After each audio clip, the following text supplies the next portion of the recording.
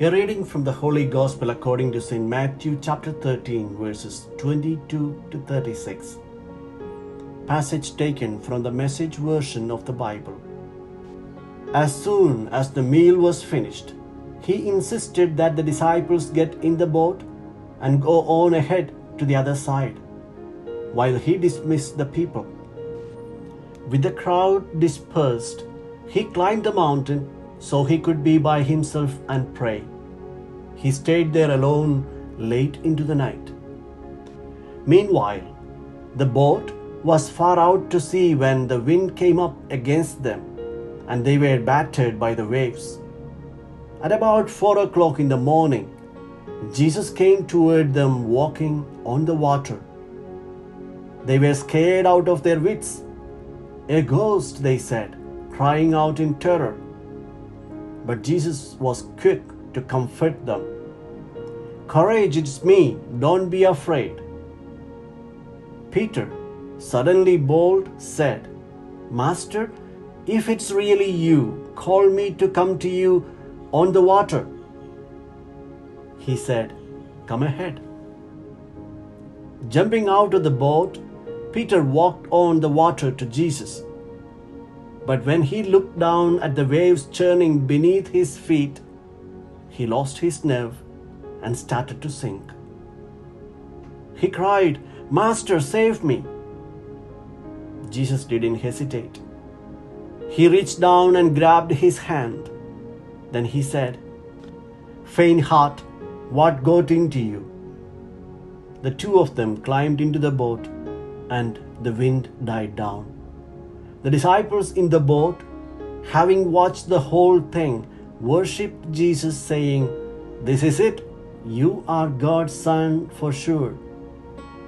On return, they beached the boat at Gennesaret.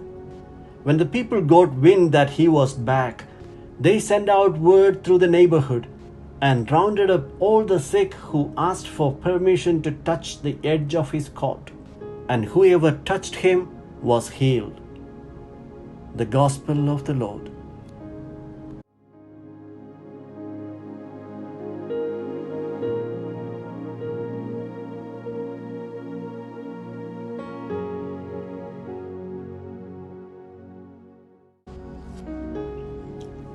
Reflections on the Gospel according to Matthew chapter 14 verses 22 to 36.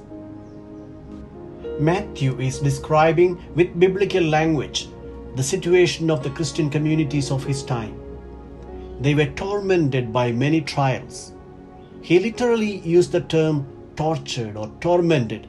He had used the same word previously, where the men possessed by the evil spirits asked Jesus, "Have you come here before the time to torture us?" In other Jewish writings, this term has been used to refer to political torture and oppression.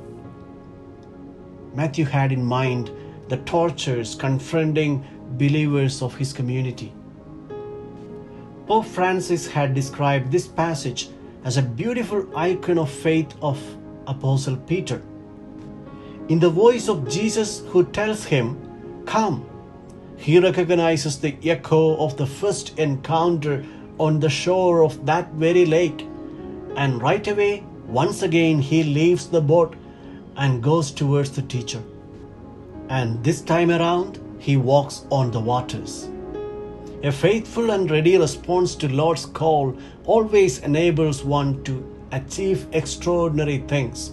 Remember, Jesus himself had told us that we are capable of performing miracles with faith in him, faith in his word, faith in his voice. Peter, however, begins to sink when he allows himself to be overwhelmed by the hardships around him.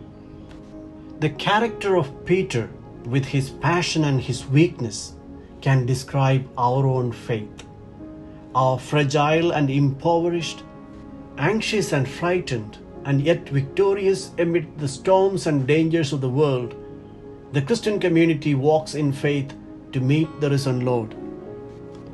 Jesus had let them battle alone on the boat in the dark. Only when it was early in the morning did he approach them. Matthew is giving clear references to the liberating presence and action of Yahweh. The fourth watch of the night had been the time when God had liberated the fleeing Israelites from their oppression under Pharaoh, going before them and leading them across the waters. And the final scene is also very important. When Jesus got into the boat, the wind ceased. A boat which braves the storms and sometimes seems on the point of sinking is an image of the church. What saves her is not the skill and courage of her crew members, but the faith that the Lord would walk through the storms to take His place in the boat. Faith gives us the certainty of Jesus' presence always beside us, of His hand which grasps us to pull us back from danger.